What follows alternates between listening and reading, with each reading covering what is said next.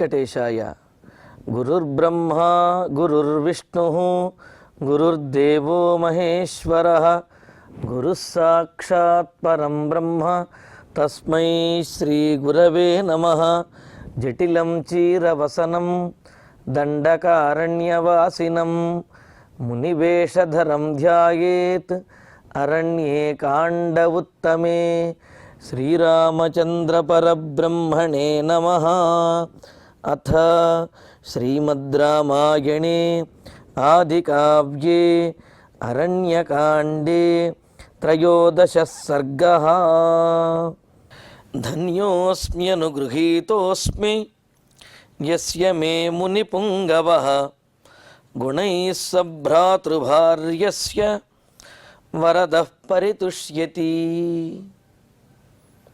అగస్త్యుల వారు సీతారామ లక్ష్మణులను చూచి సీతాదేవి గురించి చాలా గొప్పగా రామచంద్రమూర్తితో చెప్పి సీతాదేవితోటి లక్ష్మణస్వామితో కలిసి నీవు ఏ ప్రదేశంలో అయితే నివసిస్తావో ఆ ప్రాంతము అలంకరించబడినట్లే, అది పావనమైనట్లే అనే విషయాన్ని చెప్పిన తర్వాత రామచంద్రమూర్తి అంటూ ఉన్నాడు, మహర్షి మీ ప్రేమకు మీ ఆదరణకు మేము ధన్యులమయ్యాము. పెద్దలైనటువంటి వారు జ్ఞానవృద్ధులు, వయోవృద్ధులు, తపస్సుల చేత వృద్ధులు, అతీంద్రియ ద్రష్టలు అయినటువంటి మీ బోటి వారి యొక్క అనుగ్రహం మాకు కలిగింది అంటేనే మేము ధన్యులమయ్యాము. కేవలం అనుగ్రహం కలగటం కాదు, ఈ విధంగా కీర్తిస్తున్నారు అంటే మరి ఇంతకు మించినటువంటి గొప్పతనం ఇంకేముంటుంది అనే విషయాన్ని చెబుతూనే మిమ్మల్ని దర్శించడం ద్వారా, మీతో మాట్లాడడం ద్వారా మేము ధన్యులమయ్యాము అనే విషయాన్ని చెబుతూ ధన్యః అస్మి అనుగృహీతః అస్మి. తమ్ముడితోటి భార్యతో కూడినటువంటి నన్ను మీరు ఈ విధంగా అనుగ్రహించారు అంటే నేను ధన్యుడనయ్యాను. అంతేకాదు యస్యమే గుణైః వరదః, నా గుణములతోటి, నా తమ్ముడి యొక్క గుణములతోటి, నా భార్య గుణములకు కూడా మీరు మెచ్చుకుంటూ ఆనందపడ్డారు అంటే మా ప్రవర్తన సవ్యంగా ఉన్నట్లే. అంతే కదండి. పెద్దవాళ్ళు, అనుభవజ్ఞులు, అన్నీ తెలిసినటువంటి వారు, ధర్మంగా ఉండేవారు, న్యాయంగా ఉండేవారు, సత్యాన్ని మాట్లాడేవారు ఏదైతే చెబుతారో అది నిత్య సత్యం అవుతుంది. అదే అందరికీ కూడా ప్రమాణం అవుతుంది. అందుకనే పెద్దవారి యొక్క ఆశీస్సులు కావాలి, వారి ద్వారానే మనం ఎటువంటి వారం అనే విషయం వారి నోటి ద్వారా తెలిస్తేనే మనలో ఉన్నటువంటి అసలు సామర్థ్యము, అదేవిధంగా నిజము అనేది తెలుస్తుందన్నమాట. అందుకని ఇక్కడ రాముడు అంటున్నాడు, మా గుణముల చేత మీరు ఆనందించబడ్డారు అంటే మేము ధన్యులమయ్యాము. వరదః మునిపుంగవః పరితుష్యతి, వరములను ఇచ్చేటటువంటి వాడు, ఏ వరమునైనా ఇవ్వగలిగినటువంటి వారు అయినా మునిపుంగవులైన మునిశ్రేష్ఠులైనటువంటి మీరు ఆనందాన్ని పొందారు, సంతృప్తిని పొందారు అని అంటే, సంతోషిస్తున్నారు అంటే అనుగృహీతః అస్మి, నేను అనుగ్రహించబడ్డాను, మా జీవితం ధన్యమైనట్లే అని అంటున్నారు. ఈ సందర్భంలో పశ్చిమోత్తర శాఖీయమైనటువంటి రామాయణంలో రామచంద్రమూర్తి దండకారణ్యం యొక్క ఇతివృత్తాన్ని అడిగినట్లు, ఆ దండకారణ్యం గురించి మరి అగస్త్యుల వారు రామచంద్రమూర్తికి చెప్పినట్లుగా దాదాపు 20 శ్లోకాలు పశ్చిమోత్తర శాఖీయమైనటువంటి రామాయణంలో, ఆ రామాయణ ప్రతిలో కనిపిస్తూ ఉన్నాయి. వాటి సారాంశము, ఒకానొకప్పుడు దండుడు అనే ఆయన ఈ రాజ్యాన్ని పరిపాలిస్తూ ఉండేవారు. మహర్షి యొక్క శాపం వల్ల మృత్తికా వర్షములు పడి ఈ ప్రాంతము జీవులు నివసించడానికి యోగ్యముగా ఉండకపోవటంతో అందరూ ఈ ప్రాంతాన్ని విడిచి వెళ్ళిపోయారు. వెళ్ళిపోయేటప్పటికీ ఇది ఒక అడవిగా మారింది. దండకుని చేత పరిపాలించబడి అడవిగా మారినటువంటి ప్రాంతము కావున దీనిని దండకారణ్యము అని చెప్పి అన్నారు. మరి వింధ్య పర్వతానికి దక్షిణ ప్రాంతంలో ఈ దండకారణ్యం అంతా కూడా ఉన్నది. అయితే ఒకానొక సందర్భంలో వింధ్య పర్వతానికి, మేరు పర్వతానికి వచ్చినటువంటి పోటీ వల్ల ఆకాశం వరకు వింధ్య పర్వతం వ్యాపించిపోతూ ఉంటే, పెరుగుతూ ఉంటే, సూర్యుని యొక్క ఆ కాంతి మరి ఒక వైపుకి ప్రసరించకుండా ఉండే పరిస్థితి వచ్చినప్పుడు దేవతల కోరిక మేరకు అగస్త్యుల వారు దక్షిణ దిక్కుకి రాగా అగస్త్యుల వారిని చూచి వింధ్య పర్వతము వంగటము అంటే వంగి ఉండడము, అగస్త్యుల వారు మరలా నేను తిరిగి వచ్చే వరకు ఇదే విధంగా ఉండాలి నాయన అని చెప్పడంతో అలాగే ఆ వింధ్య పర్వతము ఉండిపోవటము, తద్వారా అగస్త్యుల వారు ఈ వింధ్య పర్వతం యొక్క దక్షిణ ప్రాంతానికి వచ్చి ఇక్కడ నివాసం ఉండడం ద్వారా ఈ ప్రాంతం మరలా సస్యశ్యామలమై జీవులకు నివాసయోగ్యం అవ్వటము ఇదంతా జరిగిన విశేషాన్ని అగస్త్యుల వారు రామచంద్రమూర్తికి తెలియజేసినట్లుగా ఒక దాదాపు 20 శ్లోకాలు కొన్ని ప్రతులలో కనిపిస్తూ ఉన్నాయి. సరే, ఇక్కడ రామచంద్రమూర్తి అగస్త్యుల వారి యొక్క మాటలన్నీ కూడా విని మీ చేత ఇలాగ కీర్తించబడుతున్నాము అంటే, మా గుణములు మీకు నచ్చాయి అంటే మేము ధన్యులమయ్యాము, మీ అనుగ్రహాన్ని పొందాము అని అంటూ, కింతు వ్యాదిశమే దేశం సోదకం బహుకాననం యత్రాశ్రమ పదం కృత్వా వసేయం నిరత సుఖం. సంతోషం మహర్షి, కానీ యత్ర ఆశ్రమపదం కృత్వా నిరత సుఖం వసేయం, ఈ దండకారణ్యంలో ఎక్కడ ఆశ్రమాన్ని నిర్మించుకుని ఆనందంగా గడపగలుగుతామో ఆ ప్రాంతాన్ని పెద్దలు తమరే సూచించాలి. అలా సూచించినట్లయితే నేను అక్కడ నివసించి ఉండగలను అని అంటున్నాడు. అసలు ఇంతకుముందు అగస్త్యుల వారి యొక్క మాటలలోనే మీరు ఎక్కడ నివసిస్తే ఆ ప్రాంతం అలంకరించబడింది, మీరు మా ఆశ్రమానికి రావడంతో మా ఆశ్రమం పావనమైంది అని చెప్పి అగస్త్యుల వారు అన్నటువంటి మాటలలోనే నువ్వు ఈ ఆశ్రమంలోనే ఉండవచ్చు నాయన అనే విషయం ఆ మాటల్లోనే తెలుస్తూ ఉన్నది. అలా తెలుస్తూ ఉండగా రామచంద్రమూర్తి మీ చేత అనుగ్రహించబడ్డాము, కానీ మేము నివసించడానికి యోగ్యమైనటువంటి మరో ప్రదేశాన్ని చూపించండి అని చెప్పి అడుగుతూ ఉన్నారు. ఎందుకు ఈ విధంగా రామచంద్రమూర్తి అడుగుతున్నాడు అంటే, చిత్రకూట పర్వతంలో ఉన్నప్పుడు మహర్షులందరూ కూడా వచ్చి చెప్పారు, ఏమని, రామచంద్ర, నీవు ఈ విధంగా ధనుర్బాణాలు ధరించి ఈ చిత్రకూటానికి రావడంతో నిన్ను చూచినటువంటి రాక్షసులు మమ్మల్ని అందరినీ కూడా ఇబ్బంది పెడుతున్నారు అనే విషయాన్ని చెప్పారు కదా వారు. మరి అందుకనే ఈ ఆశ్రమంలో ఉన్నట్లయితే తన వలన రాక్షసులు వచ్చి ఈ ఆశ్రమం మీద దాడి చేసి ఆశ్రమ ప్రాంతాన్ని ఏమైనా కలుషితం చేసే అవకాశం ఉంటుంది. కావున ఆశ్రమం యొక్క ప్రశాంతతకు భంగం వాటిల్లకూడదు, అంటే తాను ఆశ్రమానికి కొంత దూరంగా ఉండాలి అని చెప్పి నిర్ణయించుకున్నవాడై రామచంద్రుడు అగస్త్యుల వారిని అడుగుతూ ఉన్నాడు, ఏమని, వసేయం సోదకం బహుకాననం, చక్కగా నీళ్లు దొరికేటటువంటిది, అదేవిధంగా అనేకమైనటువంటి వనములు కలిగినటువంటి అరణ్య ప్రాంతమైనటువంటి దేశం, ఒకానొక ప్రదేశాన్ని మే వ్యాదిశ నాకు సూచించండి, నాకు నిర్దేశించండి, అక్కడ నేను నివసించి ఉండగలుగుతాను, అక్కడ నేను ఆశ్రమాన్ని నిర్మించుకుని నివసిస్తాను. ఆ ప్రదేశం ఏమిటనేది పెద్దలు మహర్షులు మీరే సూచించాలి స్వామి అని అంటూ రామచంద్రమూర్తి అగస్త్యుల వారిని అడుగుతూ, తతో బ్రవీన్ మునిశ్రేష్ఠః శ్రుత్వా రామస్య తద్వచః ధ్యాత్వా ముహూర్తం ధర్మాత్మా ధీరో ధీరతరం వచః. తతః రాముడు ఈ విధంగా ఈ దండకారణ్యంలో అటవీ ప్రాంతంలో నీరు దొరికేటటువంటి రమ్యమైనటువంటి విహరించడానికి యోగ్యమైనటువంటి ఆనందంగా గడిపేటటువంటి ప్రదేశాన్ని మాకు తెలియజేయండి, మేము అక్కడికి వెళ్ళి ఉంటాము అని రాముడు అడిగిన వెంటనే రామస్య తద్వచః శ్రుత్వా, రాముడి మాట వినటువంటి ఆ మునిశ్రేష్ఠుడు ధర్మాత్మ, ధర్మాచరణ యందు ఎప్పుడూ కూడా పట్టుదల కలిగినటువంటి వాడు, ధర్మము యందు నిలబడేటువంటి వాడైన, ధీరమైనటువంటి బుద్ధి కలిగినటువంటి వాడైన, భగవత్ స్వరూపుడైనటువంటి ఆ అగస్త్యుల వారు ముహూర్తం ధ్యాత్వా, కొద్ది కాలం పాటు ధ్యానం చేసి ఆలోచించి జరగబోయేటటువంటి సంఘటనలకు, జరగవలసినటువంటి పరిణామములకు అనుకూలమైనటువంటి ప్రదేశము ఏది, రామావతార ప్రయోజనము నెరవేరేటటువంటి అవకాశము కలిగే ప్రయోజనము కలిగేటటువంటి ప్రదేశము ఏది అనేది ధ్యాత్వ ఆలోచించినటువంటి వారై ధీరతరం వచః అబ్రవీత్, చాలా ధైర్యంగా నిశ్చయంతో రామచంద్రమూర్తితో ఈ విధంగా అంటున్నారంటే ఏమిటి, రాముడు ఎక్కడ నివసించాలి ఈ దండకారణ్యంలో అనే విషయాన్ని అగస్త్యుల వారి ఈ విధంగా సూచిస్తూ, ఇతో ద్వియోజనే తాత, ఇంకోసారి చెబుతాను, ఇతో ద్వియోజనే తాత బహుమూల ఫలోదక దేశో బహుమృగ శ్రీమాన్ పంచవట్యభివిశ్రుత.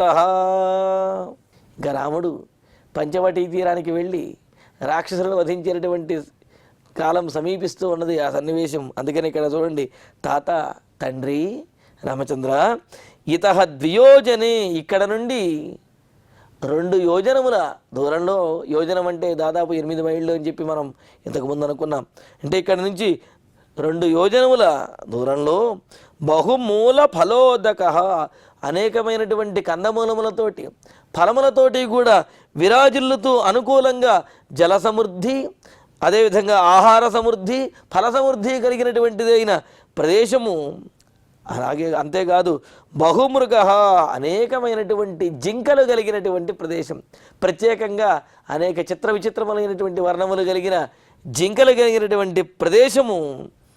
శ్రీమాన్, సౌందర్య శోభతోటి విరాజిల్లుతూ ఉండేటటువంటి రమణీయమైనటువంటి అందమైనటువంటి సుందరమైనటువంటి ప్రదేశములు కలిగిన వన ప్రాంతము ఉన్నది. అదే పంచవటి అభివిశ్రుత, పంచవటి అనే పేరుతోటి లోకల్లో ప్రసిద్ధమై ఎంతో గొప్పగా కీర్తించబడినటువంటి సుందరమైన అనేకమైనటువంటి జింకలు, లేళ్ళు మొదలైనటువంటి సాధు జంతువులకు నిలయమైనటువంటి ప్రదేశము.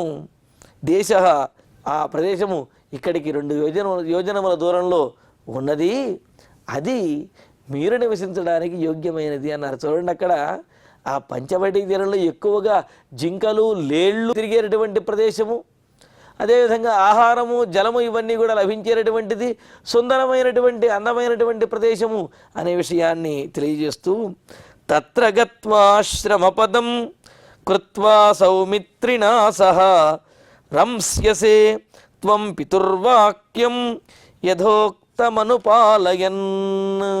రామచంద్ర, త్వం తత్ర గత్వా, నీవు ఆ పంచవటి తీరానికి వెళ్ళి, అంటే పంచానాం వటానాం సమాహార అని అంటూ, పంచవటి అనేది ఒక రూఢముగా అక్కడ ఉన్నటువంటి ప్రాంతానికి పేరు.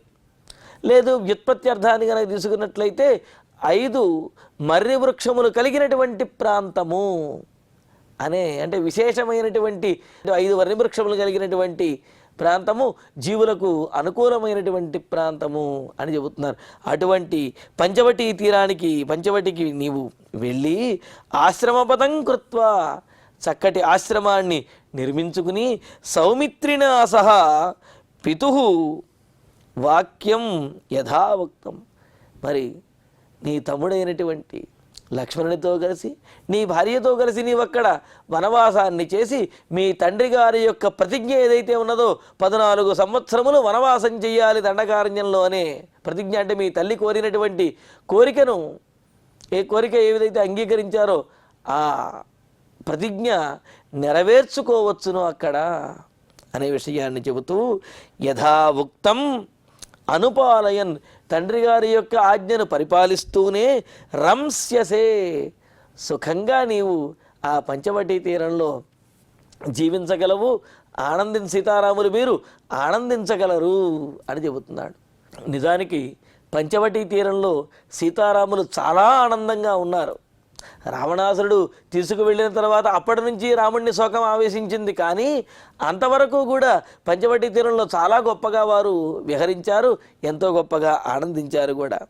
మరి అదే మాట ఇక్కడ అగస్త్యుల వారు చెబుతూ, ఆ పంచవటి తీరంలో మీరు ఆనందంగా ఉండవచ్చును, ఆశ్రమాన్ని నిర్మించుకుని సుఖంగా గడపవచ్చును అని అంటూ, కాలోయం గత భూయిష్ఠ యః కాలస్తవ రాఘవ సమయో యో నరేంద్రేణ కృతో దశరథేన తే.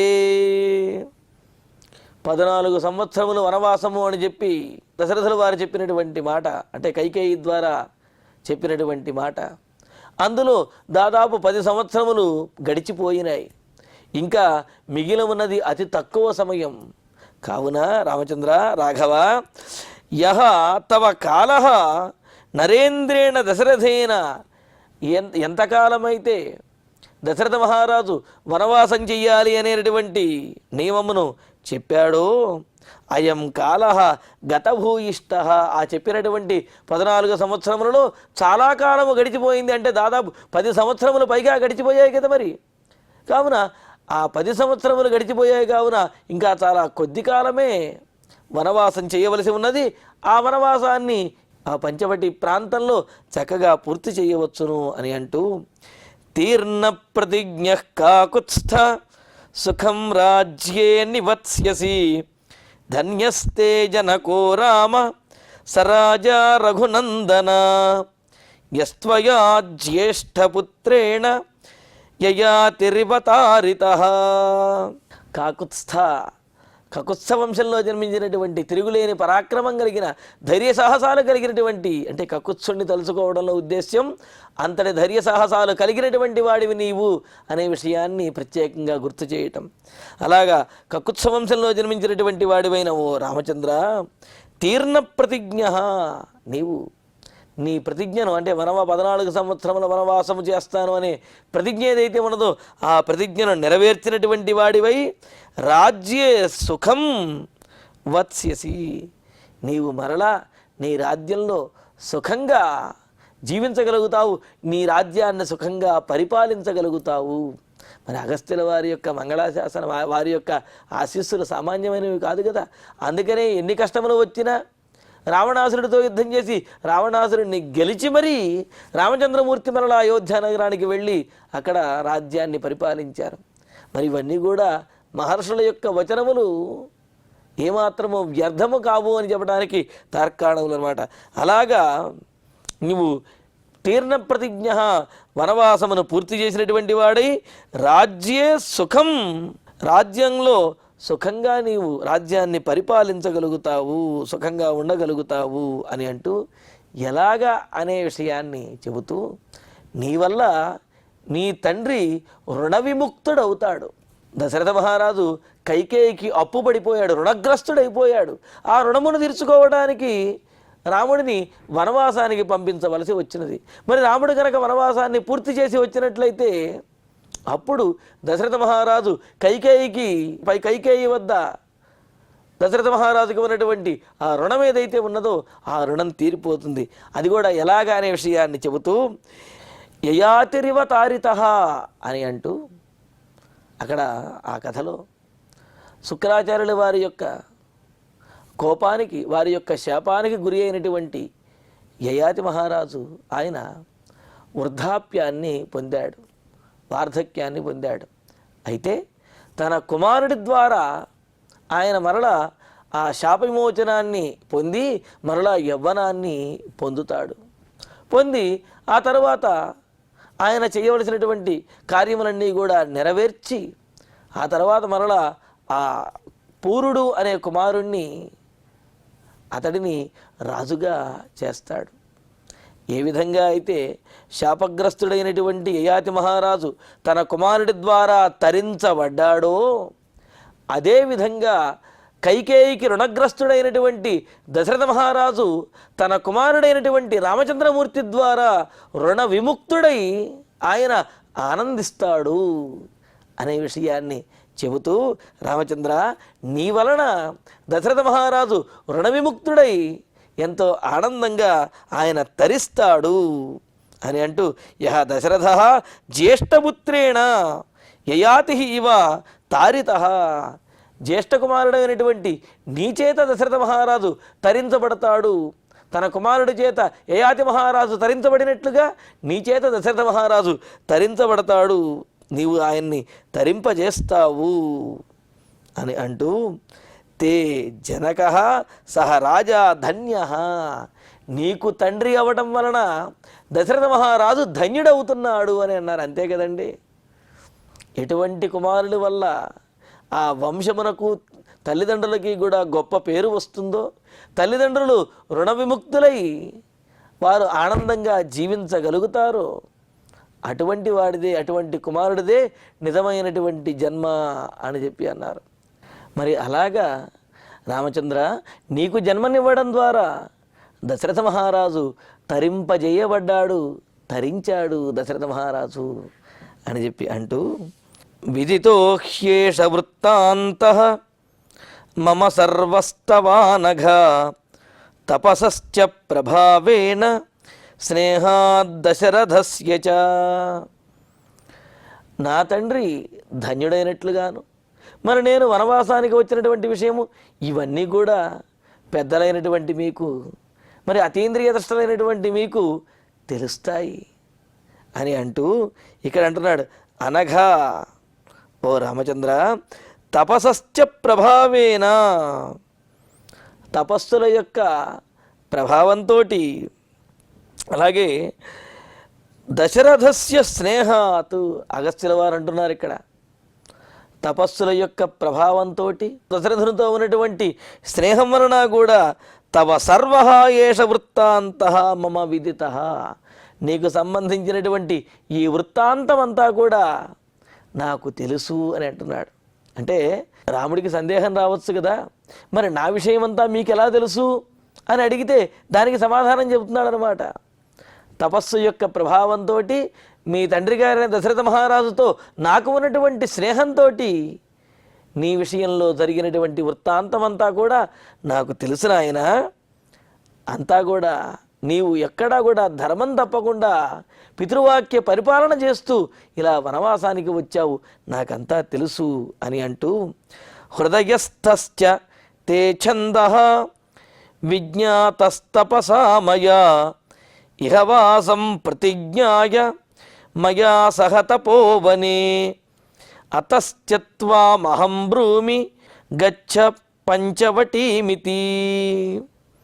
ఇంకా అంటూ ఉన్నాడు, రామచంద్ర నీ మనసులో ఉన్నటువంటి వృత్తాంతం నాకు తెలుసయ్యా. ఏమిటి అంటే, అగస్త్యుల వారు నీవు ఈ ఆశ్రమానికి, రామచంద్రుడితో అన్నారు కదా, నీవు ఈ ఆశ్రమానికి రావడం ద్వారా ఈ ఆశ్రమం పావనమైంది అంటే ఇక్కడ ఉండమనే అనే అర్థం అక్కడ తెలుస్తున్నది. అయినప్పటికీ కూడా నేను ఎక్కడ నివసించాలనే విషయాన్ని మీరు సూచించండి అంటే, ఇక్కడ కాదు మరో చోట నేను నివసిస్తాను, ఆ ప్రదేశాన్ని సూచించండి అని రాముడు అన్నాడు అంటే, రాముడి మాటలలో ఉన్నటువంటి ఆంతర్యాన్ని అగస్త్యుల వారు గ్రహించగలిగారు. అందుకనే అంటూ ఉన్నారు, నీ ఆలోచనలకు మూలమైనటువంటి నీ ఆలోచనలు ఏ విధంగా ఉన్నాయి, దానికి కారణం ఏమిటి, అసలు మరొక చోట అంటే ఇక్కడికి దగ్గరలోనే ఈ దండకారణ్యంలో మరొక చోట ఉండాలి అనే ఆలోచన ఎందుకు వచ్చింది అనే విషయం నాకు తెలుసులే. తే హృదయస్థః ఛందః, నీ మనసులో ఉన్నటువంటి అభిప్రాయం ఏదైతే ఉన్నదో ఆ అభిప్రాయం ఏమిటా అభిప్రాయం, రాక్షసులను సంహరించాలి అనేది రాముని యొక్క ఉద్దేశ్యం. మహర్షులందరూ కూడా రామచంద్రమూర్తిని కోరినది అదే కదా. అన్ని ఆశ్రమాలకు వెళ్ళినప్పుడు ఆ మహర్షులందరూ కూడా వారి కష్టములన్నింటినీ కూడా చెప్పినప్పుడు రాముడు మీ కష్టములను తీర్చడానికే నేను ఈ వనవాసానికి వచ్చాను, లేకపోతే ఈ వనవాసం నేను చేసి ప్రయోజనం ఏమున్నది అని చెప్పి మహర్షులందరికీ మాట ఇచ్చాడు కదా.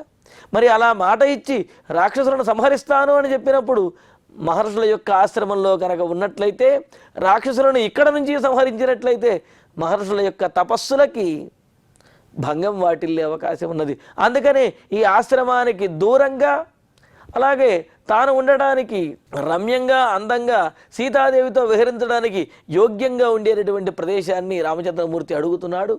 ఆ ఆంతర్యాన్ని తెలిసినటువంటి వారు కావున అగస్త్యుల వారు తే హృదయస్థః మయా విజ్ఞాతః, నీ మనస్సులో ఉన్నటువంటి అభిప్రాయం నాకు అర్థమైందిలే రామచంద్ర అని అంటూ ఇంకా అంటున్నాడు, అతః ఇహ తపోవనే మయా సహ వాసం ప్రతిజ్ఞాయ. అయితే నువ్వు ఇక్కడ నుంచి మరొక చోటకు వెళ్ళి ఉండాలి అనుకుంటున్నావు. అందులో ఉన్న ఆంతర్యం కూడా నాకు తెలిసింది.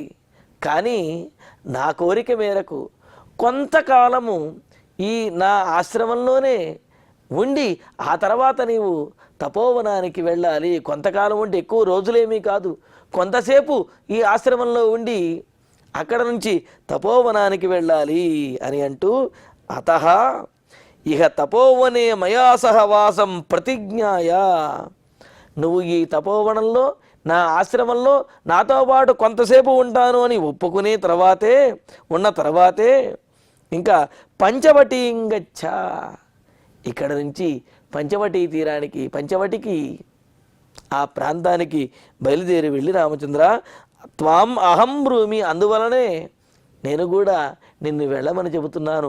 నీవు నా ఆశ్రమంలో ఉండడం నాకు చాలా ఆనందదాయకం, కానీ నీ ఆంతర్యం ఏమిటి? ఇక్కడ ఉండకూడదు, మరొక చోట ఉండాలి అని చెప్పి, రాక్షస సంహారానికి అనుకూలమైనటువంటి ప్రదేశంలో ఉండాలి అని చెప్పి నీవు అనుకుంటున్నావు. కావున నీవు అనుకున్నట్లుగానే చెయ్యి. మరి నా ఆశ్రమంలో కొంతసేపు ఉండి ఇక్కడ నుంచి బయలుదేరి ఈ ఆశ్రమానికి 2 యోజనముల దూరంలో ఉన్నటువంటి పంచవటి ప్రాంతానికి వెళ్ళి అక్కడ చక్కగా ఆశ్రమాన్ని నిర్మించుకుని అక్కడ నివసించండి అని అగస్త్యుల వారు రామచంద్రమూర్తితోటి చెప్పటం. మరి రామచంద్రమూర్తి అక్కడ నుంచి బయలుదేరి పంచవటి తీరానికి వెళ్ళడం, అక్కడ కుటీరాన్ని నిర్మించుకోవటం, మరి ఆ తర్వాత జరిగినటువంటి విశేషములు వీటినన్నిటినీ కూడా తర్వాతి ప్రవచనంలో తెలుసుకుందాము. ఇక ఇప్పుడు శ్లోకాలను పారాయణ చేసుకుందాము. ధన్యోస్మ్యనుగృహీతోస్మి యస్య మే ముని పుంగవః గుణైః సభ్రాతృభార్యస్య వరదః పరితుష్యతి కింతు వ్యాదిశ మే దేశం సోదకం బహుకాననం యత్రాశ్రమ పదం కృత్వా వసేయం నిరతః సుఖం తతో బ్రవీన్ మునిశ్రేష్ఠః శ్రుత్వా రామస్య తద్వచః ధ్యాత్వా ముహూర్తం ధర్మాత్మా ధీరో ధీరతరం వచః ఇతో ద్వియోజనే తాత బహుమూలఫలోదకః దేశో బహుమృగశ్రీమాన్ పంచవట్యభివిశ్రుతః తత్ర గత్వాశ్రమపదం కృత్వా సౌమిత్రిణా సహ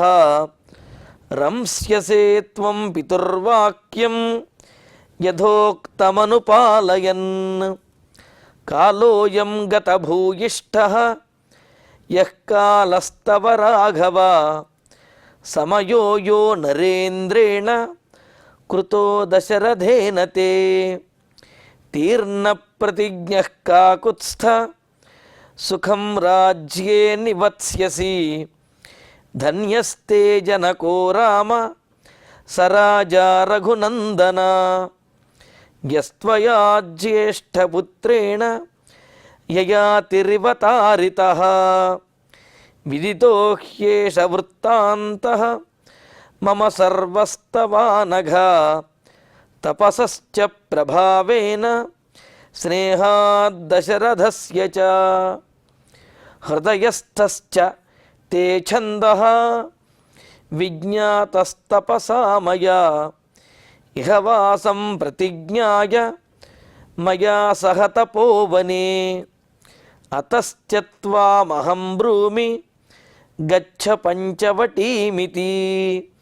ఇత్యార్షే శ్రీమద్ రామాయణే ఆదికావ్యే అరణ్యకాండే త్రయోదశ సర్గే 10 శ్లోకాః. ఇక ఇప్పుడు క్షమాప్రార్థన మంగళాంతంగా ఈ కార్యక్రమాన్ని పరిపూర్ణం చేసుకుందాం. యదక్షరపదభ్రష్టం మాత్రాహీనం తు యద్భవేత్ తత్సర్వం క్షమ్యతాం దేవ నారాయణ నమోస్తుతే. కాయేన వాచా మనసేంద్రియైర్వా బుద్ధ్యాత్మనా వా ప్రకృతే స్వభావాత్ కరోమి యద్యత్ సకలం వరస్మై నారాయణాయేతి సమర్పయామి. శ్రియః కాంతాయ కళ్యాణ నిధయే నిధయేర్ధినాం శ్రీవేంకట నివాసాయ శ్రీనివాసాయ మంగళం.